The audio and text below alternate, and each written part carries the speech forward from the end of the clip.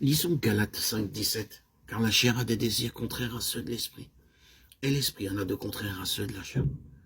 Ils sont opposés entre eux, afin que vous ne fassiez point ce que vous voudriez. Puis les versets 19, 20, 21.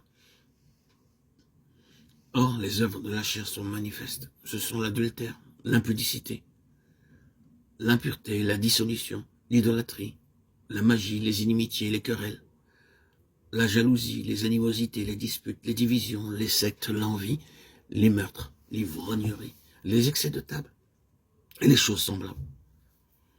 Je vous dis d'avance, comme je l'ai déjà dit, que ceux qui commettent de telles choses n'hériteront point le royaume de Dieu. Notre obéissance aussi est incomplète si nous ne détruisons pas de telles choses. Nous devons nous éloigner des péchés évidents comme l'idolâtrie, l'impudicité, la sorcellerie, l'impureté. Mais avons-nous détruit la jalousie, l'envie, la haine, la médisance, péchés qui ne sont ni évidents ni apparents?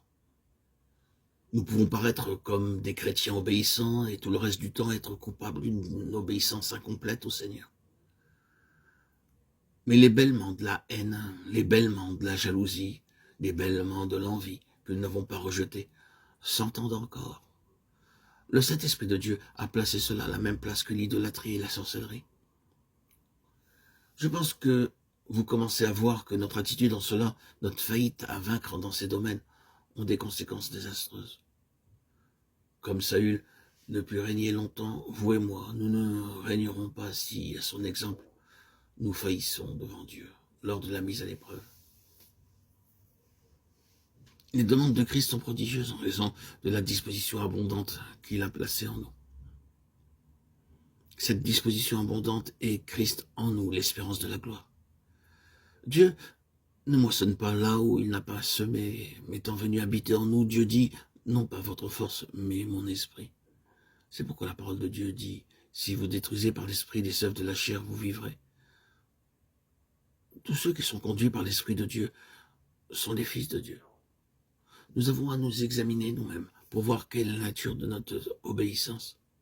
Sommes-nous des gens qui tremblons à la parole de Dieu? Sommes-nous prêts à obéir dans tous les domaines que le Saint-Esprit nous montre aujourd'hui?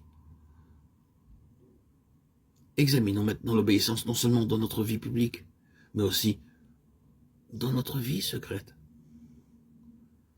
C'est ce qui caractérise Abraham et qui caractérise tout enfant de Dieu.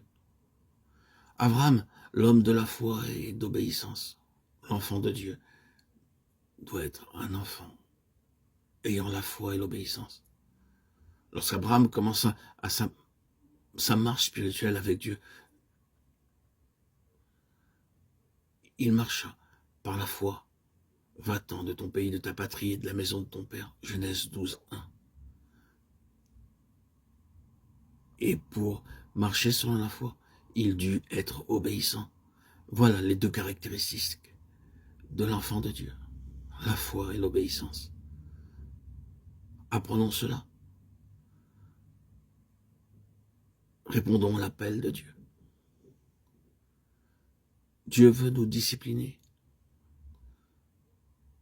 Dieu veut nous conduire, nous donner accès au royaume.